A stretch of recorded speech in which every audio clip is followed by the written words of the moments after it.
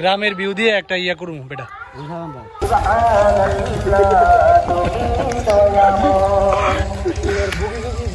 আপনারা দেখতেই পাচ্ছেন যে গ্রামের সৌন্দর্য দেখার জন্য, প্রকৃতি দেখার জন্য এখানে 4 জন চলে আসছে, সাথে আমিও রয়েছি। আপনারা দেখতেই পাচ্ছেন যে আমাদের হেমন্তের বিকাল, এইটা হেমন্তের বিকালে কৃষকরা ধান কাটছে এবং ধানের রঙও অনেক চেঞ্জ হয়ে গেছে। কয়েকদিন পরে ধানগুলো কাটা হবে, কিছু কাটতেছে ওইদিকে, আর এদিকে ভ্রমণ পিপাসুরা তারা ভ্রমণ করার জন্য চলে আসছে।